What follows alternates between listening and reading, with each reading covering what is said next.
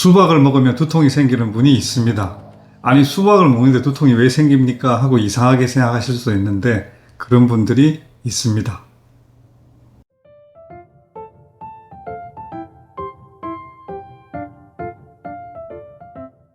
수박을 먹고 두통이 생겼다라고 하면은 별종이네, 뭐 그런 걸로 두통이 생기나 하고 핀잔을 들을 수도 있는데, 그도 그럴 것이 수박을 먹는다고 누구나 두통이 생기는 건 아니기 때문입니다. 그런데 그런 분이 있습니다. 주로 만성두통 환자분들의 경우입니다. 두통이 자주 있지 않고 가끔 있는 분이라도 수박 두통은 생길 수 있습니다. 수박 두통은 일반적인 두통보다는 편두통이 잦은 분들한테서 발생하게 됩니다. 저도 예전에 그랬고 그런 분들이 꽤 있습니다. 그런데 주변에서는 들어보신 적이 별로 없으실 겁니다. 2021년에 발표된 두통 유발 음식에 대한 논문을 보면은 여러 과일 중에서 수박의 경우에 두통이 생기는 비율이 편두통 환자의 29.5% 정도나 된다라는 보고서가 있습니다. 4,000명 가까운 표본이라서 꽤나 신뢰성 있는 보고서입니다.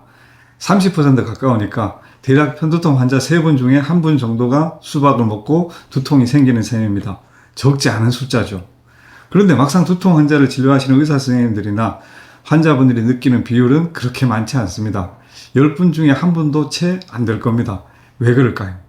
수박은 주로 제철 과일로 여름에나 먹게 됩니다. 그리고 편두통 환자분들의 경우에는 찬 음식을 많이 즐기지 않는 탓도 있습니다. 우리나라는 열대지방이 아니죠. 자주 안 먹으니까 잘 모르는 겁니다. 그리고 중요한 이유가 한 가지 더 있습니다. 두통이 생기기 직전에 수박을 먹지 않으면 잘 모른다는 겁니다. 이게 무슨 말인가 하면은 두통은 유발요인 때문에 생긴다라고 말씀드렸습니다. 더 정확하게는 유발요인 어느 하나가 아니라 여러 유발요인이 함께 모여서 두통을 만들게 됩니다. 워터파크에 있는 물폭탄처럼 여러 유발요인이 쌓이고 쌓여서 넘칠 때, 그때 두통이 만들어지게 된다는 겁니다.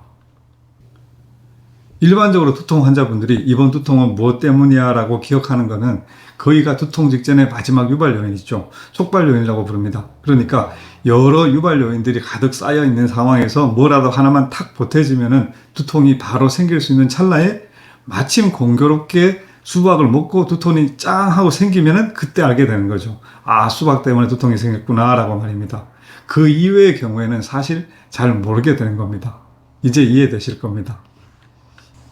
이런 이유들 때문에 수박 두통은 의외로 잘 알려져 있지 않습니다. 하지만 느끼는 분들이 드물지 않습니다.